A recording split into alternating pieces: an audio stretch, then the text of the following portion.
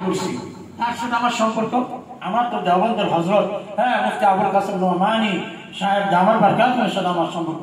আমার ভাই, এটা তো অনেক বড় কাজ যা আল্লাহ তাআলা আপনাকে কি আল্লাহ ওয়ালা হওয়ার কাতারে নিয়ে আসছেন, বায়াত হয়েছে, অবশ্যই এটা অনেক বড় জিনিস।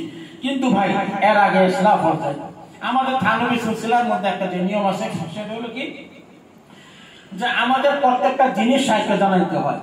শায়েখ যখন নাকি আপনাকে এক একটার উপরে চিল্লা কাশি করাবেন, হযরত আমার তো হিংসা, আমার মধ্যে অনেক হিংসা, পরের ভালো দেখতে পারি না, পরশ্রী কাতরতা, এখন আমি কি করব? শায়েখ আপনার জিকিরের থেকে ওইটার প্রতি বেশি গুরুত্ব দেয়। কারণ যখন আপনার রুহানিয়াত ঠিক হয়ে যাবে তখন আপনি একবার সূরা ইখলাস করবেন 1 লক্ষ বার ফায়দা বেশি দিবেন। যেমন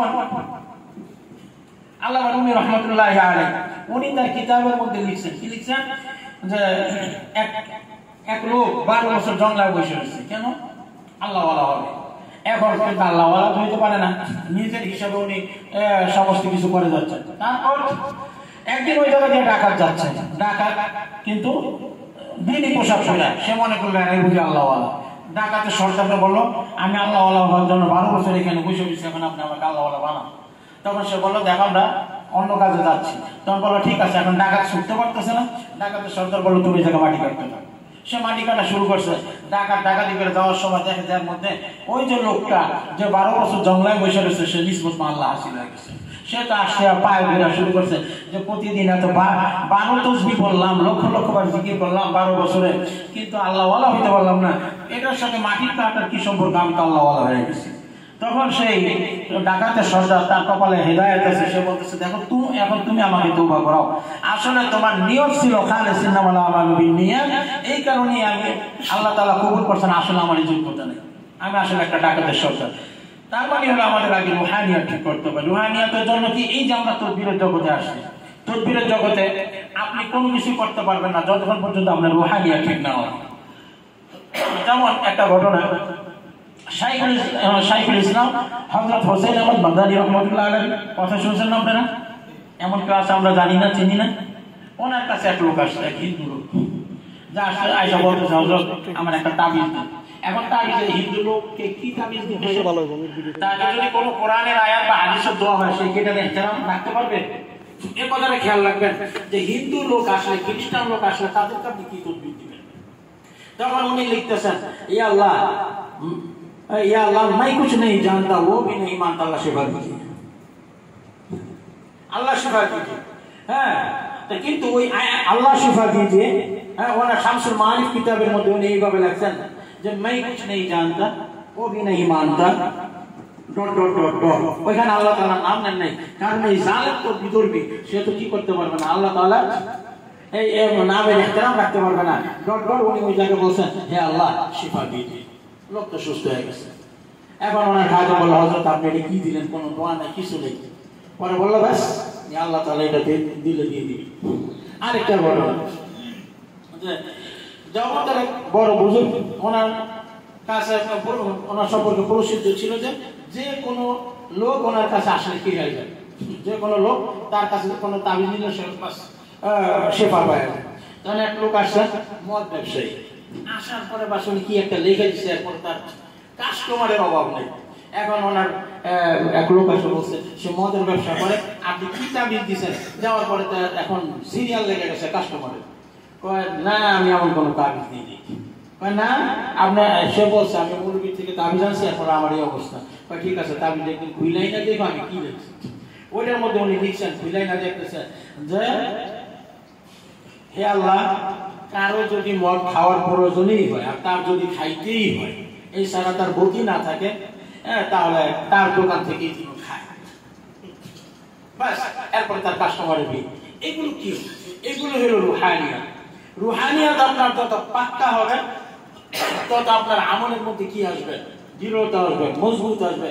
তখন আপনার এই নকশা দেওয়া লাগবে না, আপনার এই দোয়া দেওয়া লাগবে না, এটা না, বরং মিন জানিবিল্লাহ আল্লাহ তাআলা আপনার জেহেনে যা ডালবে ওইটাই আপনার চিকিৎসা। তবে হ্যাঁ, এখন এটার জন্য কি করতে হবে? এটার জন্য আমার ভাই দুইটা কাজ। হ্যাঁ, আর কাছে টিউলিপ আছে, এই দুইটার যে কোনো বসপাতের উত্তম, এই বসপাতের মধ্যে জাফরান কালি দিয়া লিখবেন, উপরে আবার লাল কলম দিয়া লিখে দিবেন। কারণ যখন নাকি জাফরান কালিটা শুকায় যাবে লাল কলমটার লেখাটা যেন ঠিক থাকে। আউযুবিল্লাহ 5 বার লেখা পুরাটা তাবিজ কি করবেন, পুরাটা তাবিজ পেঁচায় ভিতরে গায়ে দিবেন। এখন আর মাসিক না, মাসিক রক্তের মধ্যে ডুবে রাখলে তাবিজ নষ্ট হবে না। বুঝতে আসছে? গোসপাতাটা কি? হ্যাঁ, গোসপাতা তো মুতাব্বিরের জন্য এটা বিরাট প্রসিদ্ধ জিনিস। এটা শয়তান এটা খুব ডরায়। জিন শয়তানের ধারে কাছে আসে না। গোসপাতা দেখলে ডালিম গাছের ডাল, ডালিম গাছের ছাল, এই দেখলে তার মানে মাথা নষ্ট। আরেকটা হলো পিউলি পাতা, ঠিক আছে, এটা আপনি বললেই হবে, এটা পাবেন। এগুলো যে ইয়াতে পাবেন, এগুলো সব পাবেন মৌলভী বাজার ও একটা উপহার স্টোর আছে, ওইখানে সবকিছু পাবেন। আর মিট প্রোডাক্ট আছে আপনার একটা হিন্দুর দোকান, ওইখানে সবকিছু পাবেন। এটা আমাদের দরকার না, এখানে সব খারাপ জিনিস। জারোর সন্তানের হাড্ডি পর্যন্ত 200 বছরের প্রতিষ্ঠান। জারোর সন্তানের হাড্ডি, একটা জারোর সন্তান 2 কোটি 2.5 কোটি টাকা বিক্রি হয়। এত জারোর সন্তানের হাড্ডি 2,500, 3,000, 6,000 টাকা। হ্যাঁ, কারণ এতটাই দূর। আর এসব কিছু কাটা চলে যায় একটাই, কি কলাম মাল বা কলাম মুসাবাদি পুলিশে রজাতের আরেকটা কারণ, যে আপনি যে তকবীর দিচ্ছেন সেটার প্রতি যদি আপনার ইয়াকিন কম থাকে, আপনি রজা বেশি করবেন। ওই আয়াত শয়তান ইয়া করছে, জারুর সন্তান হাড্ডি দিয়ে চালান দিচ্ছে, শুয়োরের চামড়া দিয়া, শুয়োরের হাড্ডি দিয়ে চালানটা দিচ্ছে। তারপরে কি মাসিকের রক্ত দিয়া, কাপড় পেঁচাইয়া, এটাকে অনেকগুলো ভাষা আছে। এগুলো মানে জানলেও বিপদ, না জানাও আবার বিপদ। এটার মধ্যে কুণ্ডুলি দেওয়া আছে, শুয়োরের দাঁত দিয়ে কুণ্ডুলি দেওয়া আছে। এগুলো কিভাবে কাটবো? আমার ভাই একটা জিনিস জানি না রাখেন, যে তান্ত্রিকরা যত বড় কুফরি ইউজ করবে, তত বড় আপনার জন্য কি হবে, এই কোরআন শরীফের আয়াতের দ্বারা বাঁচা সহজ হবে। কেন?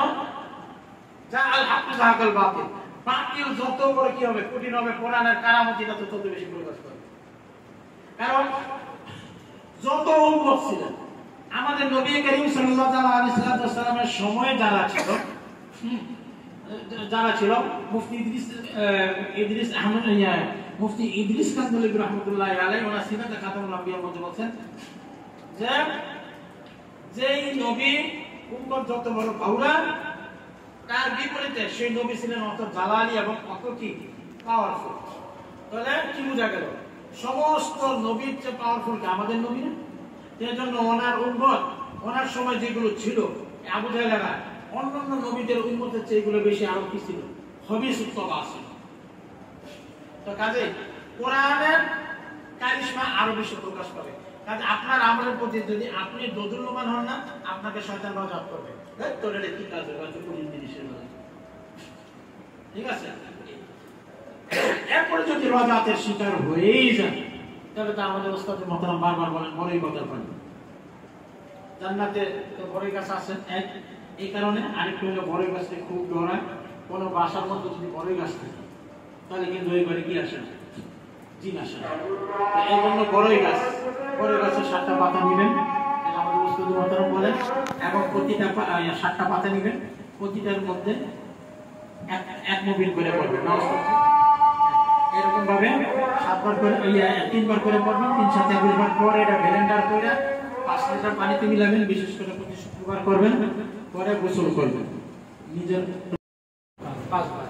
কিন্তু আগে 11 বার দরুদ শরীফ ইস্তেগফার, আগে 11 বার ইস্তেগফার, 11 বার দরুদ শরীফ। সময় কম থাকলে ছোট দরুদ, বড় আর বেশি থাকলে আলহামদুলিল্লাহ বড় দরুদ, মানে যে কোনো দরুদ।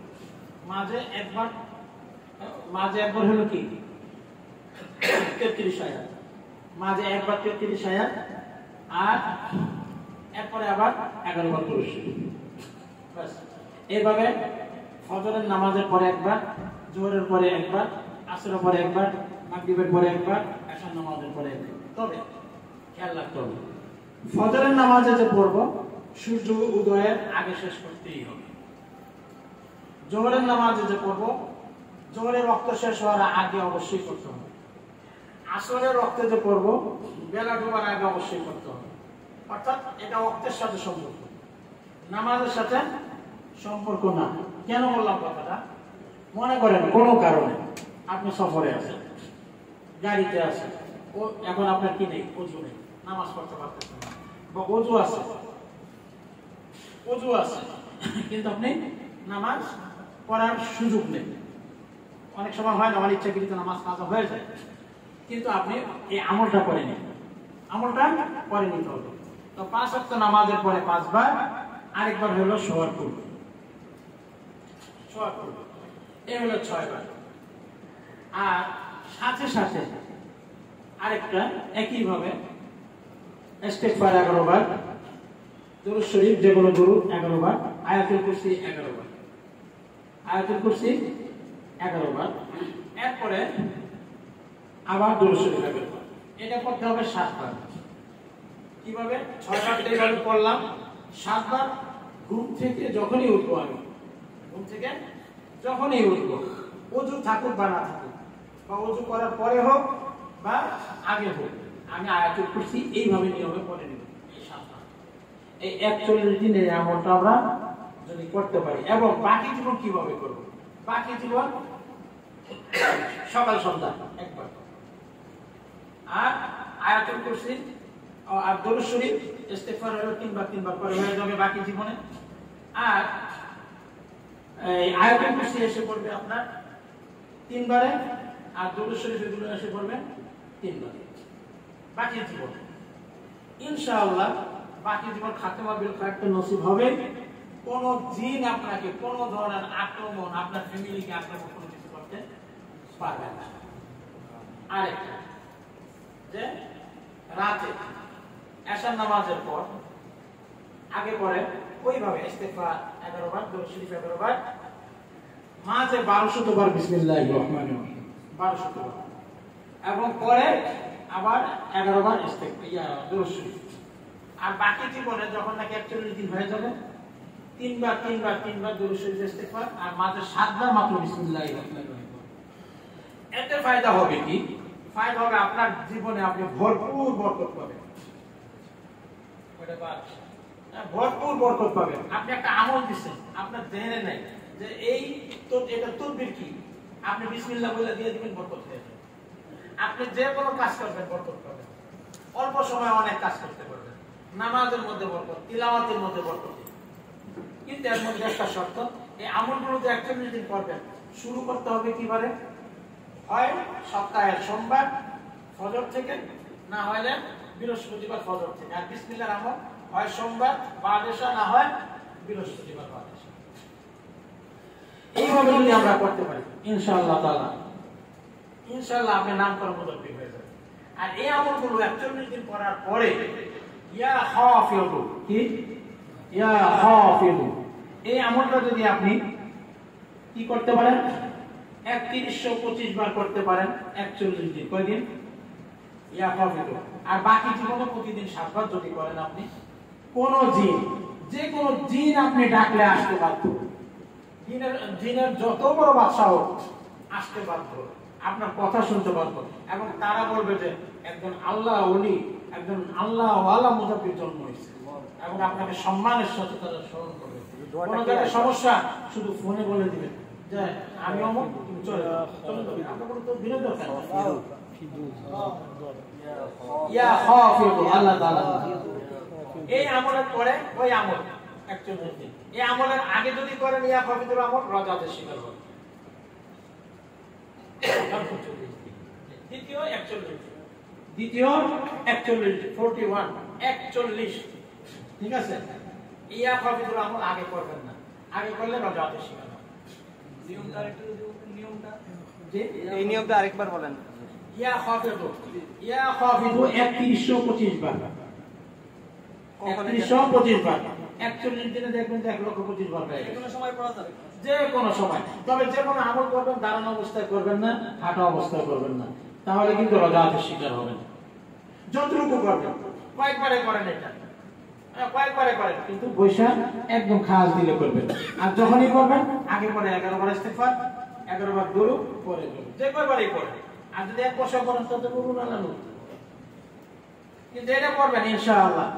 আপনি দুনিয়া থেকে চলে যাওয়ার পর আপনার সন্তানদেরকে তালাই হেফাজতে রাখবেন। কার সন্তানের কি করতেছে সন্তান? তাহলে আমার ওস্তাদ বললেন আরেকবার আমি আমলগুলো দৌড়িয়ে দিই যে আমাদের রাজাতের শিকার হওয়ার যে হেফাজতের জন্য আমাদের 4টা জিনিস বিচার করতে হবে। তদবির লিখার আগে নিজের শরীর বন্ধন, তারপরে কি করতে হবে, নিজের কলম হিসাব করতে হবে, রুকিয়া পেপার হিসাব করতে হবে, এরপরে কালি জাফরান কালিতে হিসাব করতে হবে। আর এগুলো হিসাব করার পাশাপাশি সুগন্ধি ব্যবহার করতে হবে। মহব্বতের তাবিজ লেখার সময় হাস্যাস বর্ষাস হাসি খুশি চেহারা নিয়ে তাকাল্লুফান হইলে, ওই যে হাদিসে আছে ফাইলাম তাকু বা তাবাকাও, কান্নার ভাব না হইলেও কান্না করো। ওই রকম ভাবে হাসি না থাকলেও হাসির ভাব ধরে একটু আগে বউয়ের সাথে রাগারাগি করে আসছেন, আরেকজন মহব্বতের তাবিজের জন্য আসছেন, মনে মনে হাসবেন যে আমার ঘরে আমি দৌড়ের উপরে আসছি। এটা কি ফাইলাম তাযাকু তাযা হাকাও, যে এটা কি করেন যে বাবে মুফালার সিগা, যে ভান ধরেন, হাসির ভান ধরে মুখের মধ্যে কোনো মিষ্টি জাতীয় দ্রব্য দিয়ে ডায়াবেটিসের রোগী হয়ে যায়, মিষ্টি নিয়েন না, ঠিক আছে? তো বাস কি করবেন, মহব্বতের তাবিজ লিখবেন। তো এভাবে আর বিচ্ছেদের তাবিজ হলে ওইভাবে করবেন, ঠিক আছে? এই তিনটা জিনিস মুখে নিয়ে করবেন এবং মনে মনে চেহারাটাকে খুব রাগান্বিত রাখবেন যে অবৈধ জিনিস আল্লাহ তুমি হেফাজত করো, শয়তানের যোগে আল্লাহ তোমার দুই বান্দাকে তুমি হেফাজত করো। আর দোয়া লিখবেন, মনে মনে দোয়া করতে থাকবেন যে আল্লাহ তুমি হেফাজত করো, আমাকে হেফাজত করো, আমার মনে অহংকার না আসে। হ্যাঁ, কারণ অহংকার আসলে আপনি রজাতে শিখবেন। মানে রজাত জিনিসটা হলো হাদিসে কুদসির মধ্যে আছে, আল্লাহ তাআলা বলেন তুমি যদি কোনো পাপীকে ঘৃণা করো তাহলে আমি তোমার মৃত্যুর আগে মধ্যে কি করে যাবো, লিপ্ত করে যাবো। এটা একটা কথা। কাজে কি আপনার কাছে কোনো কিছুর জন্য আসে কি হলো এসে না না, কাউকে নসিহত করবেন খুব নরম দিলে, খুব নিজেকে ছোট করে। এই আরেকটা হলো যে কি বলছি, আসার পরে এই বড়গুলা না পারলে ফজর এবং এশার পরে, না পারলে শুধু এশার পরে দোয়াই করুন 11 বার, দোয়াই তারপরে কি দুরূদ ইব্রাহিম 101 বার, আবার দোয়া করুন 11 বার। নিজের সন্তান, পরিবার পরিজন, নিজের উস্তাদের পরিবার পরিজন, সিলসিলাওয়ার যা আছে সব, আর নিজের রুগীদের হিসাবে নিয়ে চলে যাবেন ইনশাআল্লাহ তাআলা।